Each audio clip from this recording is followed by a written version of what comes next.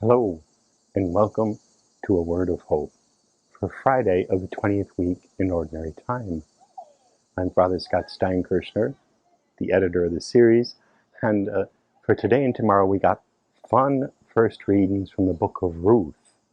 The Book of Ruth is one that we don't come at so often, so maybe you need a little background on it. The setup of the story is Naomi and her husband, because there's a famine in the land around Bethlehem, leave there and go to Moab, 60 miles away, the Moab plains. And there they set up a life and they have 2 sons, and the sons grow up and they marry Moabite women, one of whom is Ruth. But then the husband dies, and then the 2 sons die. And the thing is, back then, women were property. And here are 3 unattached women just sitting there waiting to be stolen or anything. No one to protect them. So Naomi says, I'm going to go back to Bethlehem. I hear the famine is over and things have got to be better now. At least you can't stay here. I'm a foreigner in this land. And she starts going, but she tells her daughters-in-law, no, you stay here. Your relatives will take care of you. You can marry again. I got no husband for you in Bethlehem.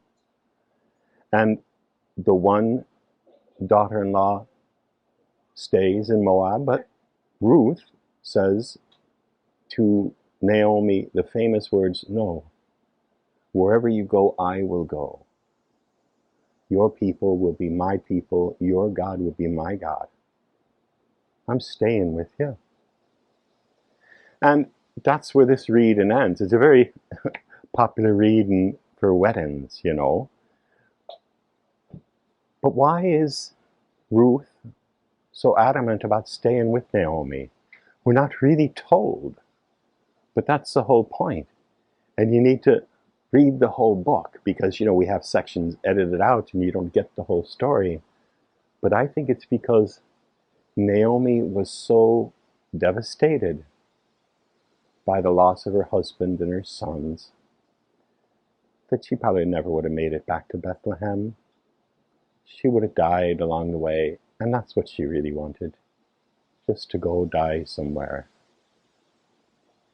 And Ruth understood that. And Ruth, therefore, says, I will not abandon you. The whole world has left you with nothing except me. And I will be with you.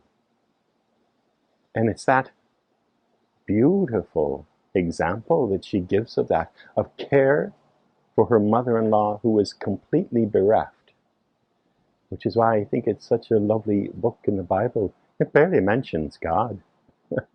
What's Revelation about? I mean, they pray a few times, but no, the revelation is this amazing person, Ruth.